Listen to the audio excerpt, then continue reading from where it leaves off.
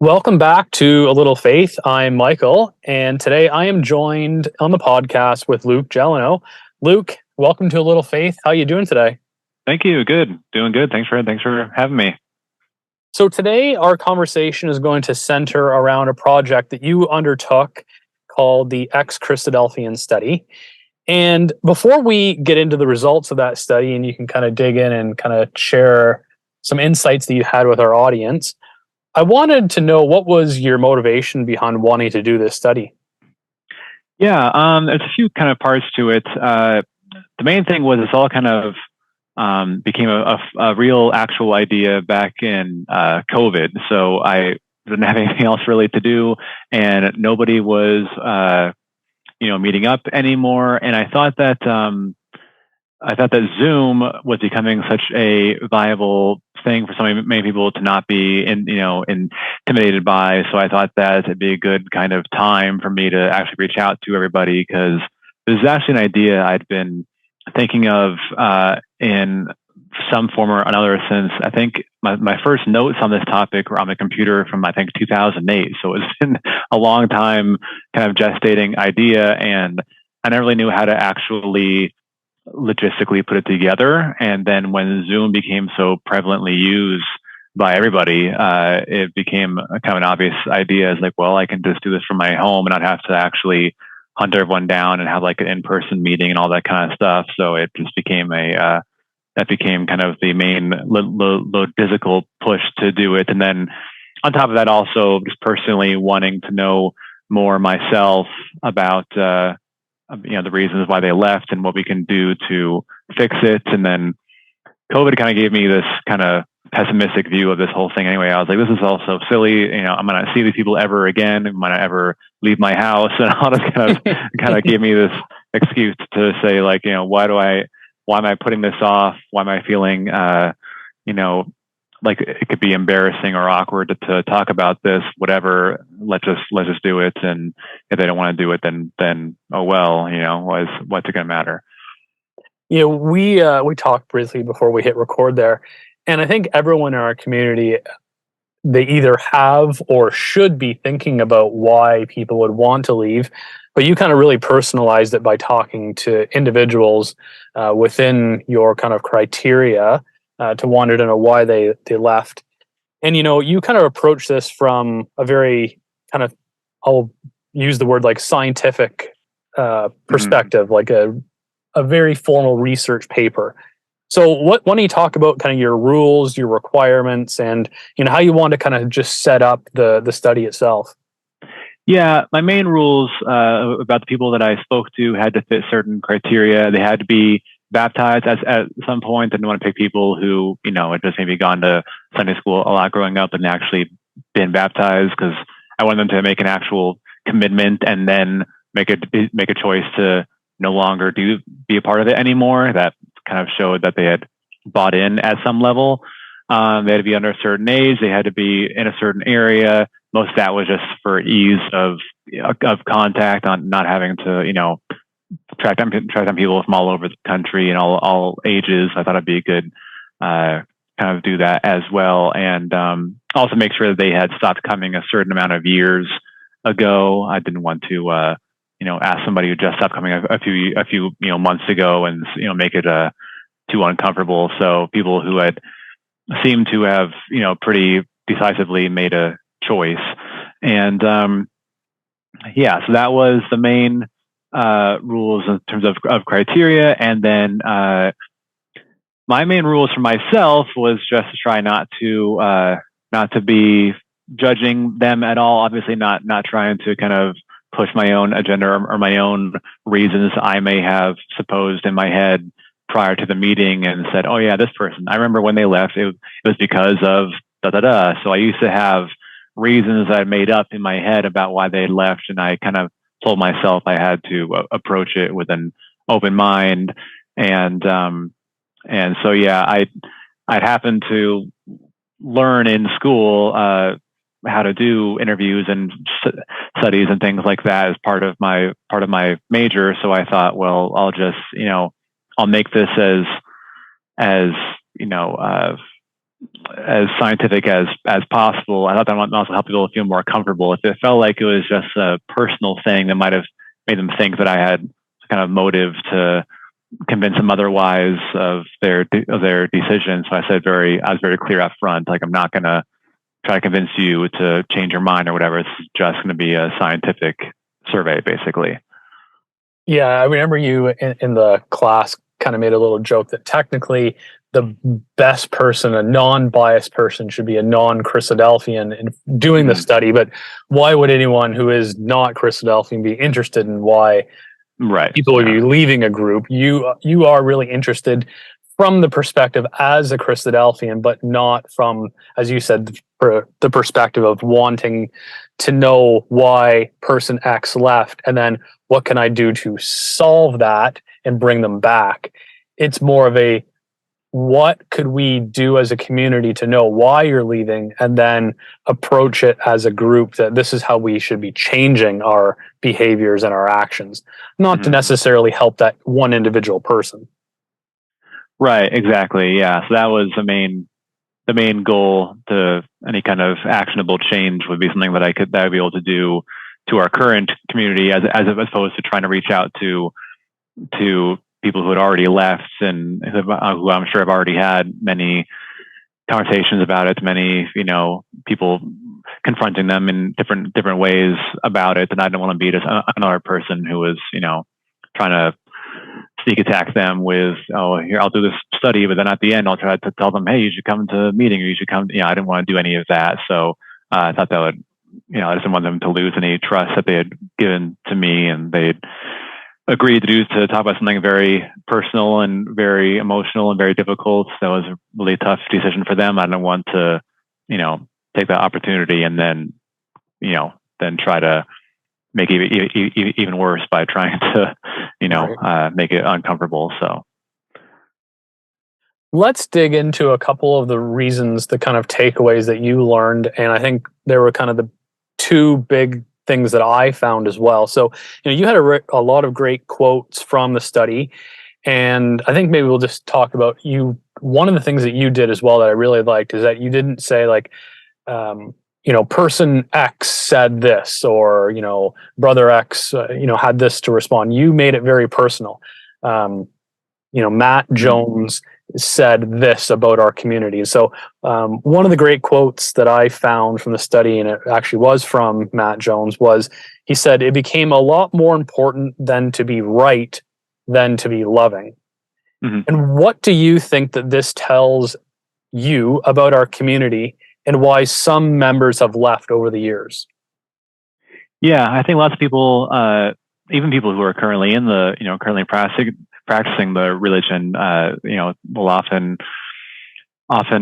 lament the issues that they have with people who are just, they talk to other Christadelphians who are extremely legalistic and very difficult to talk to, and difficult to have any kind of open-minded discussion about seemingly any topics. We'll bring up something very simple at a business meeting about, hey, maybe we should, I don't know, change the cups that we put the wine in or whatever, and become this huge issue for certain people. And these things can be very disenfranchising to people who might want things to change, not in any major way even, but just in a way that they feel like they're better heard and better understood, or something that's more conducive to their feelings about the ecclesia. And when it's met with such aggression in some cases, and it just became clear to certain people that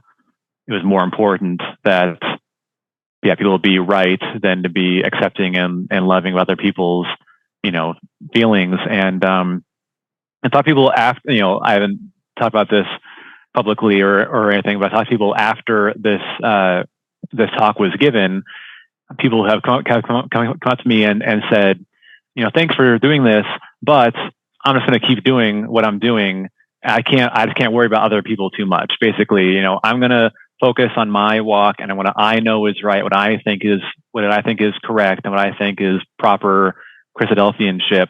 And if somebody else has an issue with that, I really just can't be bothered. I can't have someone else's, issues in my bandwidth. I just need to focus on my own walk, which is an interesting response to me. Yeah. But I understand that to a certain extent. Lots of stuff's going on in everyone's head, and it can be difficult to take on somebody else's problems. But it's obviously pretty clear biblical precedent that we are instructed to try to help our brothers and sisters if they're having a hard time, to try to make it easier for them. So yeah, that's definitely a pretty ingrained, not just in Christadelphians, I wouldn't think, but just in anybody who is strongly entrenched in a certain religious belief system, to have that be the only thing that they need to think about, the only thing that they need to respond to. So that was definitely a recurring issue. One of the other big kind of respondents of why people leave had to do with kind of issues with today's social issues. So what would you say that you personally learned about the study that could help us as a community to kind of deal with these social issues going forward? Like, how they're, as you said, they're not going away. So how could we as a community adapt to the change that is occurring within our society in general? Yeah, I think it's always a good opportunity to just re-examine the reason for our beliefs and the reason that we do things the way that we do them.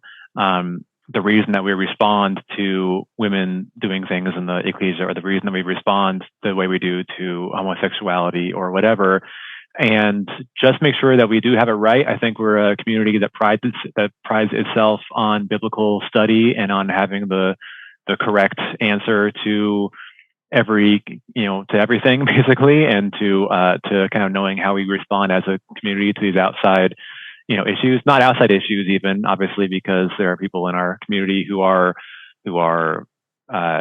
gay, or there's transgender, or there's people, obviously has to be people in our ecclesia are women, and that was probably the biggest single issue, was the treatment of women in the ecclesia and the limiting of their role or access to certain roles in the ecclesia. So I think my main thing is, I have personal beliefs and what I think should change and things that I think could be done, but this is not going to be for everybody. So I would just say, wouldn't hurt just to just re-examine it as an ecclesia and say, why do women wear head coverings? We have to wear head coverings to every gathering. What's up with that? Or why can't a woman read the Bible from the podium? Why can't a woman pray? There's lots of verses of women praying in ecclesias and prophesying and things.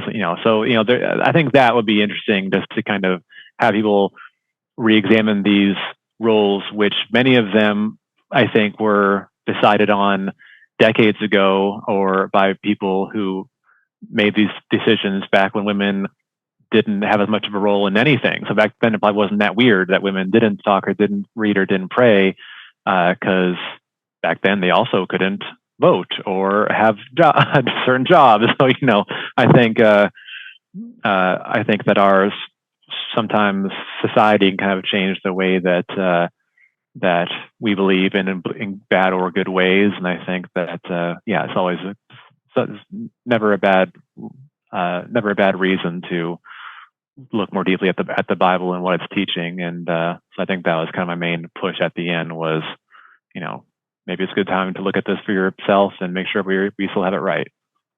Yeah, these are social issues, specific to, we'll say, the role of sisters within an ecclesia.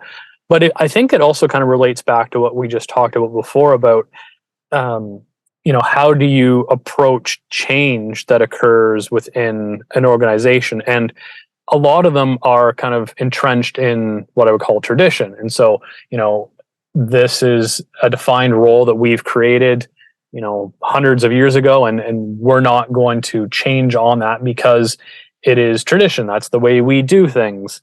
But as you said, things are changing in our world today, and we need to approach whatever issue comes up from a loving and also biblical perspective to say, is what we're doing because of tradition, or is it because we believe that is following what is actually occurs in Scripture, and define that kind of happy medium? Right. Yeah. I mean, I've had some odd, not I guess not odd. I've had some responses to my talk that to me also seemed odd, where people said, well, we shouldn't let any outside forces or outside, trends, quote unquote, or social issues impact our beliefs. And I think that can always needs to be done on a case by case basis. I mean, since Christadelphians have existed, there have been Christadelphian ecclesias or gatherings or church buildings where Black people weren't allowed to participate, or if they did, they had to sit somewhere else. And there's been times where women had to sit somewhere differently, or where women had different kind of roles, because again, the society that the Christadelphians were in was different than the one that we have now. So I think it would never hurt us to again just re-examine the beliefs that we have and exactly why we believe the way that we do. If people don't want to do that, then they need to examine if they think the pretty precipitous drop of attendance and membership is something that they're willing to live with, and a trend that they're willing to see continue going down. Because if we refuse to make any kind of change to make more people feel more comfortable, then that's the reality you're going to have to live with. If people are not going to want to stick around, if there's absolutely no possibility of the community becoming more inclusive and more, in line with their values and their beliefs and what makes them comfortable. Yeah, when you're talking there, well, my biggest thing was that you can't divorce what's happening in the world today versus what happens within a religious group. You are going to be ultimately affected by what happens from an outside perspective. Like if we traveled back in time to, early 1800s Christadelphians, you might have major disagreements with what was occurring at that time because of the way that they approached life from what just was generally happening within society. Whereas they might have some total disagreements from what's happening now because they don't live in our general world. But I think you have said it well. We need to approach this and with the point of view that if we want to continue as a group who loves Christ and looks forward to a future event, we can't just say, I'm right, you're wrong, and if you leave, too bad, that's fine. I think we need to be more of a loving group that tries to be more helpful for many people's different perspectives. What would you say it was if you had the opportunity to kind of do this study all over again? Would you do anything different? I think I would have tried to. I think I tried to make it a little bit too cold and a little bit too scientific in that I didn't really ask for any other personal reasons why anybody would have left. As I mainly made it about us, and I said, what did the Christadelphian community do that made you want to leave, or what could we do differently, or what could we have done differently in your case, or whatever. And then I mentioned this in my talk, but at the end of one of my discussions with somebody, went through all these reasons of why they had left and what our community could have done differently. And then at the very end, she said, "Hey, but by the way, my father died when I was 15," and that really, obviously, was a huge stressor to my faith and was a huge turning point in my spiritual growth. And it's never really recovered from it, spiritually. And that was a question I never really asked. I never really said, is there anything else? And there's lots of reasons why people leave, and it's sometimes it's caused by personal, they went through a divorce and they didn't feel they were being supported. They went through a death in the family, or, there was somebody who I spoke to who, not gonna say their name or anything, but I think is pretty well and out as a gay person. And I didn't ask that question, and it was brought up in discussion of issues that they didn't feel like gay people were treated very well by Christadelphians, and that was but they never actually said, because I am gay, I felt like I was under constant scrutiny or whatever that was. So yeah, if anything, it might have been nice to at least give them an opportunity to say with any other personal reasons. And if anything, at least it lets us off the hook a little bit in that, we didn't have anything to do with that person's father dying. And so, if that's a huge stressor on that person's faith, then there's not much really many of us can do about that. We can try to be encouraging and loving as much as we can as a community, sure. But, to a teenager who's going through that, that's difficult for anybody at any age, but, at a very pivotal, spiritual growth time for that to happen was,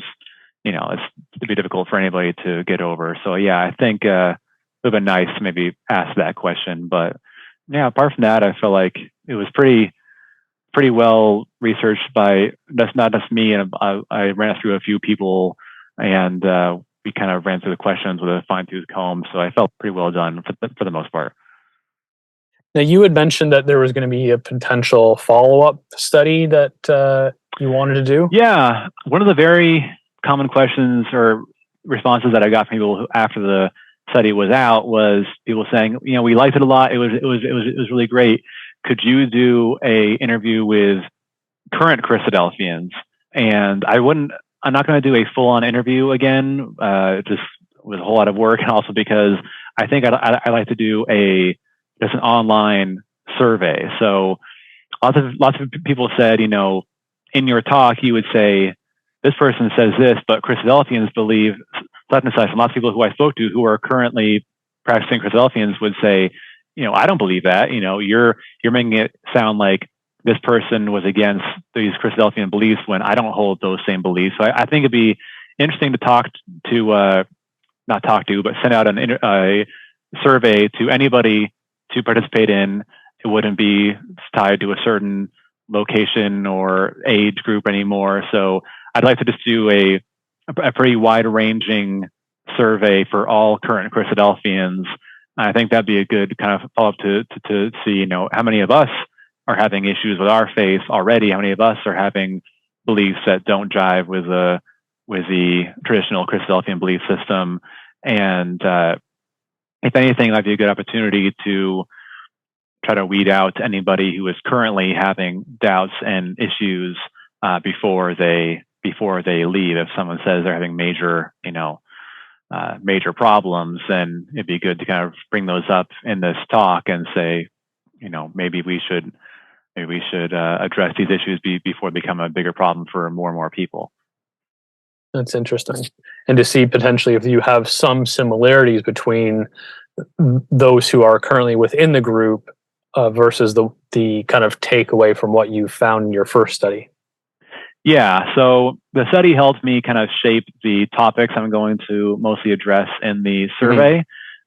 So women's roles, I think, is probably, was and is probably the number one issue. So there's quite a few questions on that. And just, I'm interested to see how many women think they should be doing more or think they should have a bigger role. How many men feel that way? And, how many, what, and I go through in the survey, I'm going to go through each, every aspect and say, would you be okay with a woman exhorting or presiding, and kind of going down from there? Exhort, preside, read, pray, teach midweek class, teach CYC, so it'd be really interesting to me to, see if somebody has like a line as, okay, I guess under this level, they could do that, but not above that level, because right now they really can't do much of anything that's, forward-facing activities in the ecclesia. So it'd be interesting if I find out that the majority of people saying, hey, yeah, maybe they should be able to read, then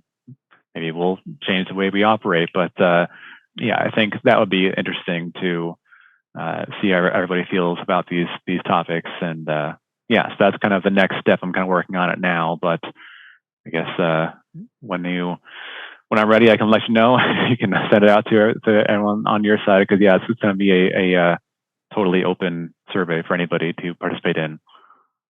Well, Luke, I want to thank you for taking the time today to chat with me, and also to, putting on this study. I had one last question. What would you say was the biggest takeaway that you learned personally from this study?